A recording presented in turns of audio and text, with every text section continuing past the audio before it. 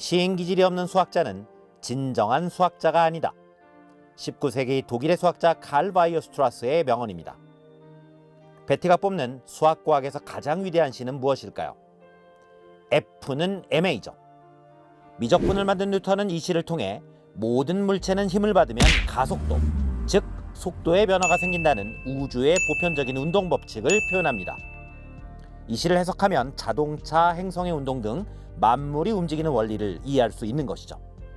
수학과학에서 공식은 시와 같습니다. Formula is poem. 오늘은 위대한 시인의 삶을 살았던 수학자 네 분의 묘비문을 살펴보고 그 역사적 의미를 해석해 보겠습니다. 잠시 보여드릴게요. 야구편. 구독과 좋아요 부탁드리면서 지금부터 스타트합니다.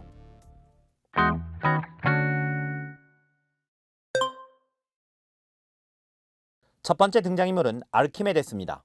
아르키메데스는 고대 그리스 도시국가 시라쿠사의 괴짜 현인입니다. 뉴턴, 가우스와 함께 세계 3대 수학자이기도 하고 원조 기계공학자이기도 하죠. 제가 수학자를 주인공으로 영화를 만든다면 섭외 1순위가 아르키메데스입니다. 이분의 일화, 업적 너무 유명한데요. 욕조에 몸을 담갔다가 유레카를 외치며 나체로 뛰어나온 이야기. 지렛대의 원리도 아르키메데스죠. 나에게 긴 지렛대를 주면 지구를 들어보이겠다. 이런 허세도 영화배우 아르키메데스니까 가능한 거죠. 파이는 3.14라는 걸 알았기 때문에 원의 둘레와 넓이는 물론 구와 원기둥의 부피도 구했습니다. 정적분의 원리 구분구적법도 아르키메데스의 생각이었죠. 이렇게 위대한 아르키메데스의 묘비에는 무엇이 쓰여 있을까요? 그림은 구와 구에 외접하는 원기둥입니다. 아르키메데스는 구와 원기둥의 부피비가 2대 3이라는 걸 밝혀냈었죠. 이 묘비의 사연은 다음과 같습니다. 어느덧 70대의 노학자 아르키메데스, 그의 조국 시라쿠사는 로마와의 동맹을 깨고 카르타고로 동맹을 갈아타게 됩니다. 화가 난 로마의 군대가 시라쿠사를 박살내러 왔으나 시라쿠사의 성에서 광선과 돌덩이가 뿜어져 날아왔던 겁니다. SF 영화의 한 장면처럼 아르키메데스가 만든 무기들이 성벽을 둘러싼 로마군이 박살내고 있었던 겁니다. 하지만 국력 차이로 마침내 성은 함락이 되고 아르키메데스는 로마의 병사에게 죽임을 당하게 됩니다.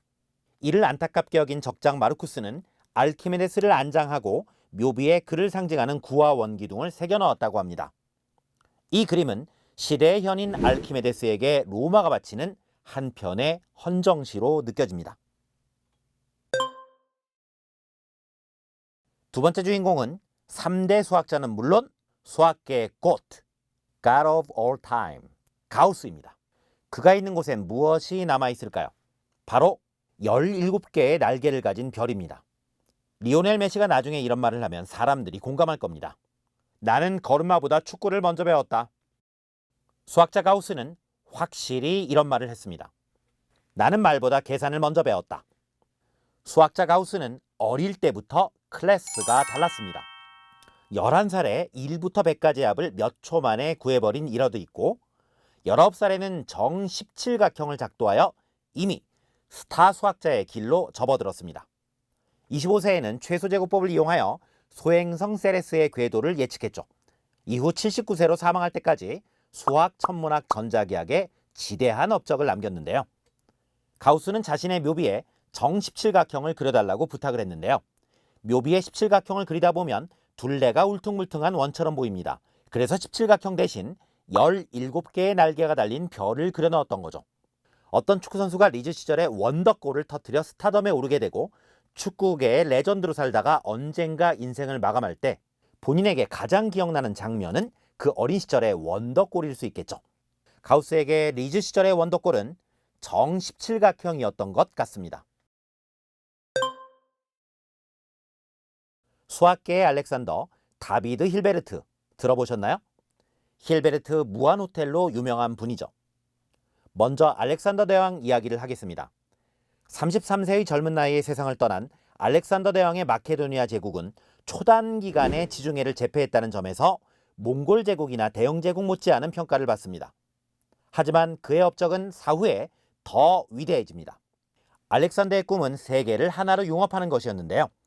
알렉산더의 사후 지중해를 둘러싼 이집트, 유럽, 페르시아와 동방의 문화가 융합되어 위대한 헬레니즘 문화가 탄생하게 됩니다.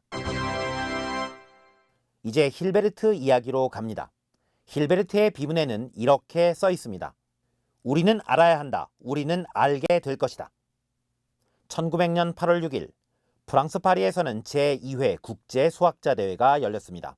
당시 수학계의 리더였던 힐베르트는 23개의 미해결 문제를 제시했습니다. 그리고 그는 말했습니다. 모든 문제는 답이 있거나 답이 없음을 증명할 수 있다. 이 23개의 문제가 현대 수학계, 과학계에 끼친 파장은 실로 엄청났습니다. 힐베르트의 사후에도 현대 수학과 과학이 어디로 가야 하는지 이정표가 되었으며 이 중 리만 가설은 120년이 지난 지금도 풀지 못한 상금 11억 원이 걸려있는 난제입니다.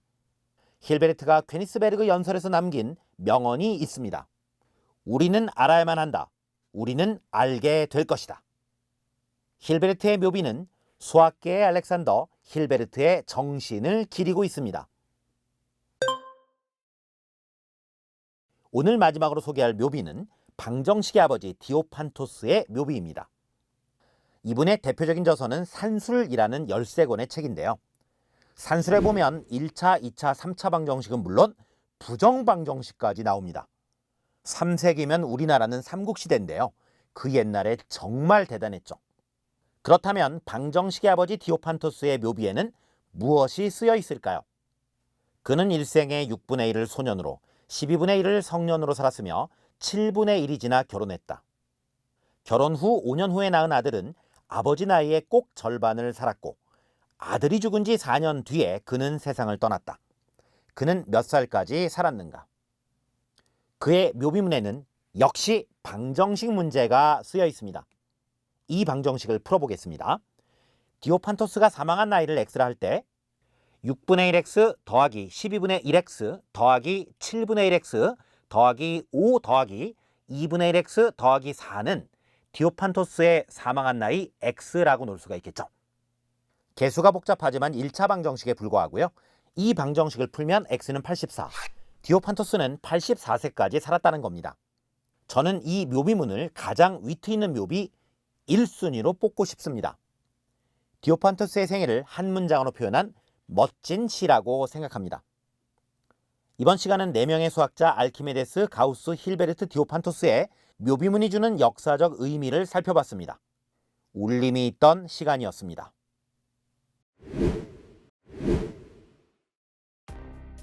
여러분은 앞에서 힐베르트가 말했던 명제, 모든 문제는 답이 있거나 답이 없음을 증명할 수 있다. 가 참이라고 생각하는지요?